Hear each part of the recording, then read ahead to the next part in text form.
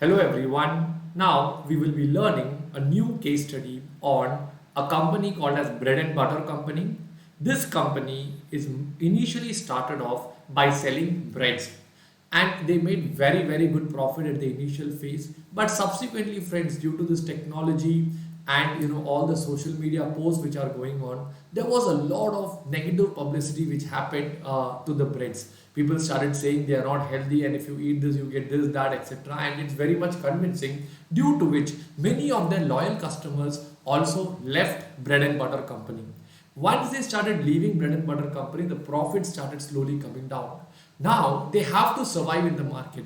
And for surviving in the market, what they did was they started selling many other products also, such as frozen food.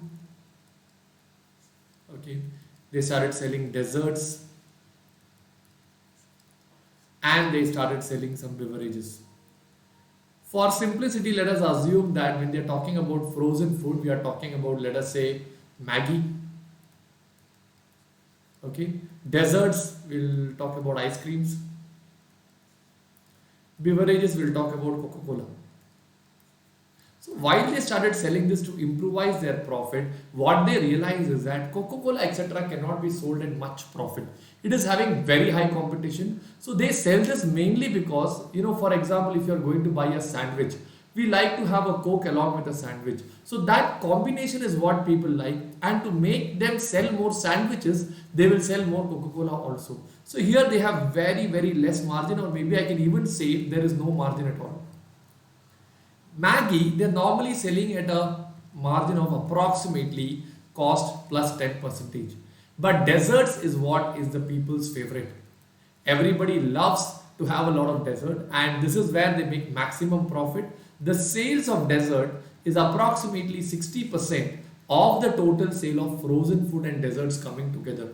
So suppose they are selling for 100 rupees frozen food and dessert, 60 rupees will be dessert, only 40 rupees will be the frozen food.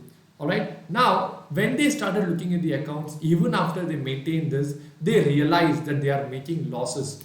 And now they want to analyze and they want to convert this loss making company into a profit making company. How do you convert a loss making company into a profit making company? First and the foremost thing we have to do is we have to study the existing process. Once we study the existing process, we will get to know what are the weaknesses lying in the existing process. After we know what are the weaknesses lying in the existing process, we can just work around to convert the same thing into a profit making company. This is what exactly we should be doing. Alright, so for doing this, we have to have some good planning. As of now, this company does not have some good planning. So we must incorporate some planning into the picture. And we should focus on eliminating all forms of waste. Now, what exactly is waste does not mean the food waste. Waste can come in multiple ways. I will elaborate this in the next slide. For timing, let me just explain the remaining part. We have to streamline the production process. Okay, staff motivation is very important. So we must focus on giving them some kind of staff commission so that they can actually perform really well. And many things they are purchasing from outside. For example, let us say if you are offering sandwiches, they can either make bread in house or they can outsource it. So they have to take a decision on whether they should go for subcontracting versus outsourcing. Wherever if they feel, subcontracting versus in-house. Wherever they feel subcontracting is better, they should go for subcontracting. Wherever it is better that in-house is better, they should go for in-house. By doing these things, slowly the waste will come down. Once the waste comes down, staff is more motivated. Then they start selling right kind of products which delivers maximum profit for this company. So now let me go to the next part, waste. Friends, there is a chapter that you have learned called as lean management. Here you learn that waste does not mean only the material waste or the food waste. Yes, material waste is one thing that we should manage. Too much of wastage should not happen in material. I totally agree. So if you are, converting a bread into a sandwich, you should ensure that the waste is minimum. But friends, waste actually happens in different formats. In fact, if you go through the chapter of lean management, they are actually giving you 7 different types of waste. One of them is movement, unnecessary movement. Okay, if a person is simply moving from A to B, again coming from B to A, and he keeps on doing this again and again, definitely there is going to be a lot of unnecessary movement which is happening over there. Movements has to be reduced. Similarly, unnecessary production process is another waste.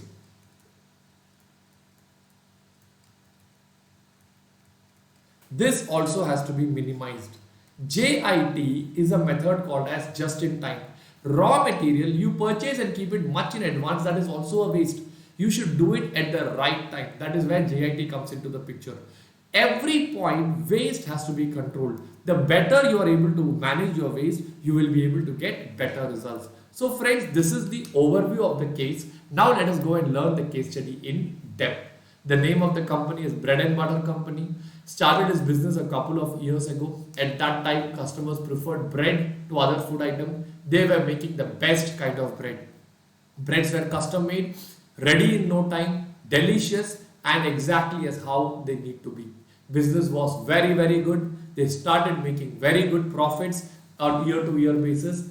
And now they started selling frozen items, desserts, beverages, and meals for train passengers also.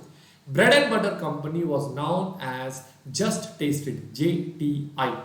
But as I told you earlier, they were hit by negative publicity.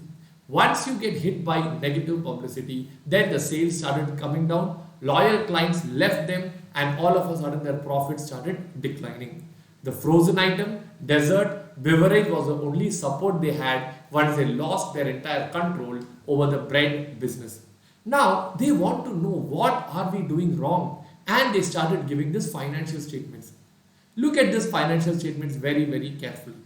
They have given the revenue for bread and sandwich, revenue for dessert, they have given the revenue for beverages and meals also.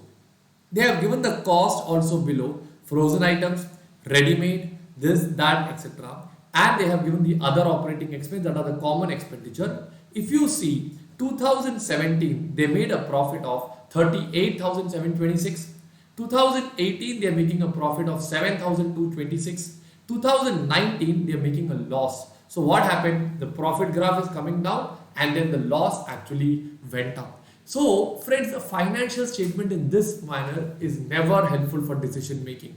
Planning is not there. I should know what is my margin for bread separately, what is my margin for dessert separately, what is my margin for beverages, and what is my margin for meals. So friends, now I will go to the next page and show you, okay, how this can actually be analyzed.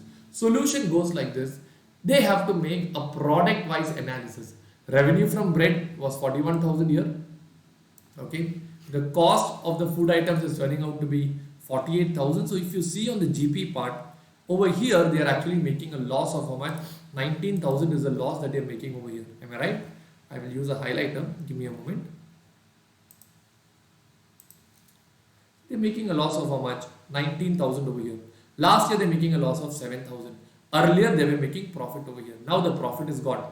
If you look at dessert, the revenue, cost and the profit, if you see, dessert is where they are making some profit. Okay. Revenue from other frozen food items also is there, but it is less when you compare it with the dessert. Beverages, they were making loss. This year they are making profit. That's because they were able to make a very high sale value over here. Okay.